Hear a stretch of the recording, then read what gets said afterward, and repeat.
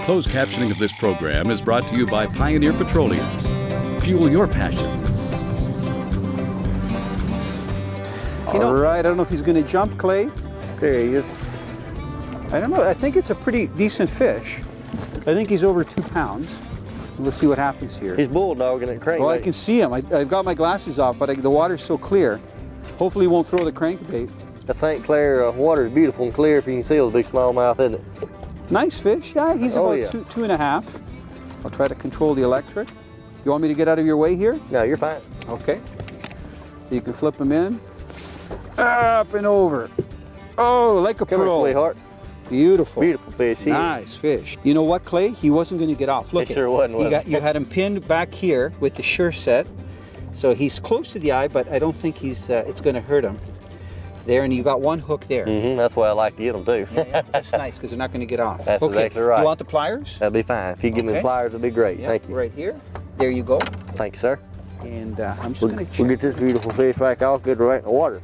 Yeah, they're very healthy. I noticed they've got nice bellies. So they've been feeding well, mostly on bait fish out here. Even though I haven't seen them today because it's overcast. Yesterday we saw a whole bunch of them swimming around. And I'm sure they also get the odd crayfish. That's for sure. Perfect, good job. And I'm just gonna get the electric here just to give you some space. Move off a little bit. So that fish is a good 2.5 pounds. Oh yeah, it's a nice chunky fish. Yeah? Gorgeous. We're swimming for another day. He's saying thank you very much. There he goes. Well done. We'll take them like Clay, that all day long, won't we? high five. How about that? Well done. Perfect. That's actually a pitiful high five. Well, you want to try that again? Okay, let's try that again. There we go. Good one. Okay. I'm from Alabama. We have to do better high fives than that.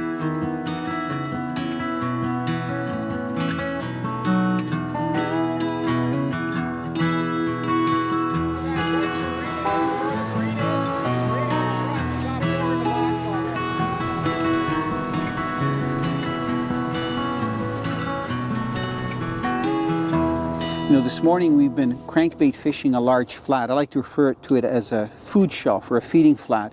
And on the left-hand side of this split screen, you can see this is the bottom. It's up and down, anywhere from about 5, the shallowest, to about 9, 10 feet, the deepest. If you look on the right side, it's really nice when you have a sonar that also takes the hydrographic charts and that you have a GPS. So this circle is the location of our boat, and these are the 3 waypoints that I marked where we did really well yesterday, and we've caught quite a few fish today. The more I zoom out here, you're going to appreciate how large this shelf is. So this is the main lake basin, that's what we refer to of Lake Erie. So from this line going out almost to the other side of the lake, it's all pretty well a uniform depth. It's pretty deep. But here, this is the first break line where it's about 12 feet deep, and then where you see this marker here and this inner line right here, that's the actual shelf that we're fishing, that food shelf.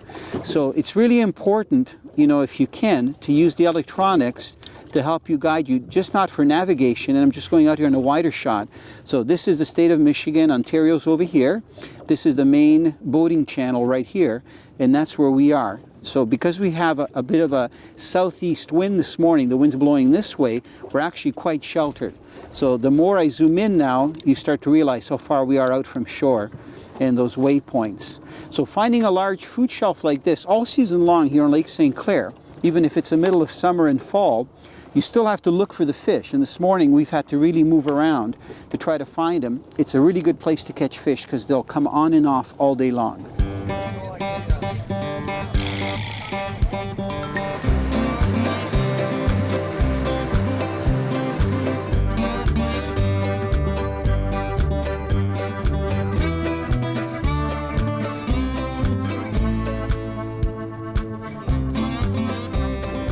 Italo, I believe we have gotten down our smallmouth. Yeah, and he's keeping down again. You know, the water's a little bit cooler today, by 2 or 3 degrees.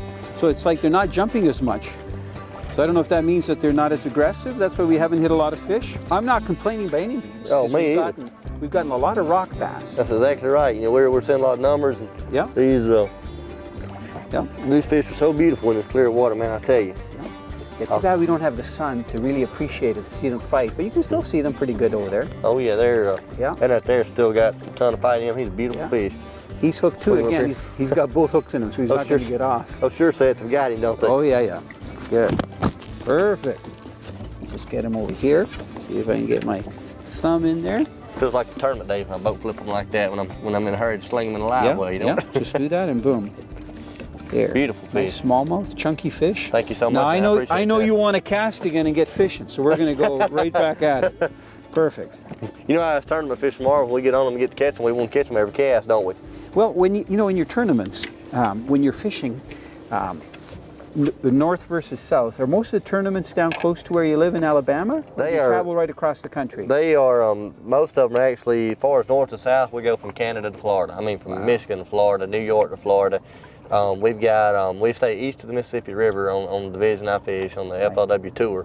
But we fish a lot of the big, well-known reservoirs that are, anything from the Mississippi River to the Tennessee River, some of the lakes in the Carolinas. Man, you must have a lot of knowledge for it's, fishing, because I've done some fishing, but not as much as you down south.